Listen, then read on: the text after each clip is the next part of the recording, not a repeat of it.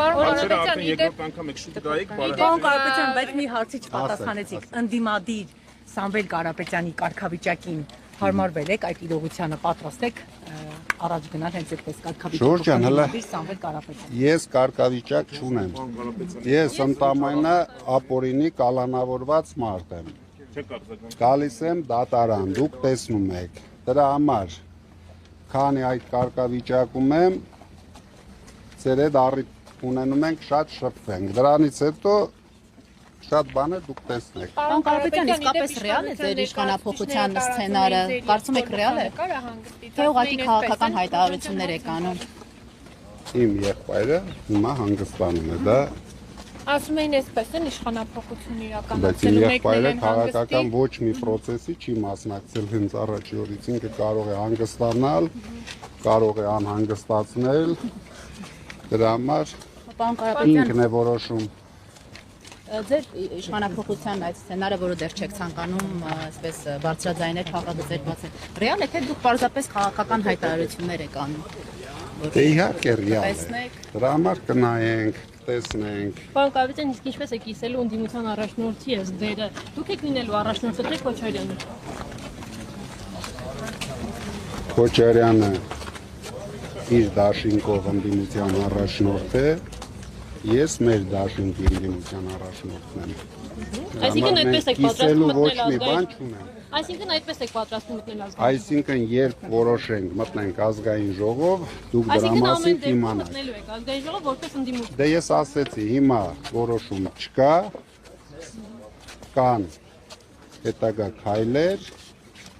մենք կգնահատենք, ամենակարևորը, որ ճանապարհը արագ հնարավորություն տվեց արագ հեռացնել Փաշինյանին, մենք այդ ճանապարհը ընտրելու ենք։ Չենք նայելու ոչ մեկի այսօրվա դաշտ գցած նարատիվները, խորհուրդները, դրան չենք նայելու։ Մենք ի վիճակի ենք մեր որոշումները կայացնենք։ Դրա համար խորհուրդ եմ տալիս մարդկանց, դրա վրա ժամանակ չկորցնել։ Մենք շփվելու ենք մեր ընտրողների հետ, մեր թիմի հետ եւ կայացնելու ենք միակ ճիշտ որոշումը։ Ձեր երկրորդին ասում է, որ դուք այստեղ այս երկրում երկար դեռ պլաններ ունեք, ինչ պլանների մասին է խոսքը։ Դե դուք գիտեք ինչ պլաններ, եթե մենք արդեն ունենք կուսակցություն, Փաշինյանին կհեռացնենք, հետո կձևավորենք կառավարություն։ Կարապետյան, ձեր ընտրողների հետ հանդիպում կազմակերպեցիք Տաշիրարենայում, ձեր ընտրողների հետ հանդիպում կազմակերպեցիք պարզելու համար ի վերջո ինչ են ուզում ձեր ընտրողները վերցնել մանդատները, թե ոչ։ Ի վերջո նրանց մեսիջը ձեզ որն էր, վերցնել թե ոչ։ Մեսիջը մոտավորապես այսպիսին է. 40%-ը դեռ էմոցիաների տակ են, դրանցից ինչ որ մարդիկ դեռ պրովոկացիաներ են անում։ 40% ասում եմ մի վերցրեք, այո։ Ցանկանում են չվերցնենք։ 60%-ը արդեն սկզբում դա հակառակն էր։ Հիմա արդեն սենց է։ Ասում են վերցրեք մեծամասնությունը մի խոսքով։ Լսելու եք մեծամասնությանը, լսելու եք մեծամասնությանը։ Ինչ է։ Մեծամասնությանն եք լսելու հանդիպման ժամանակ։ Չէ, Ժորժ ջան, իրենց լսելու ենք, բայց որոշումը մենք կայացնելու ենք, անկախ։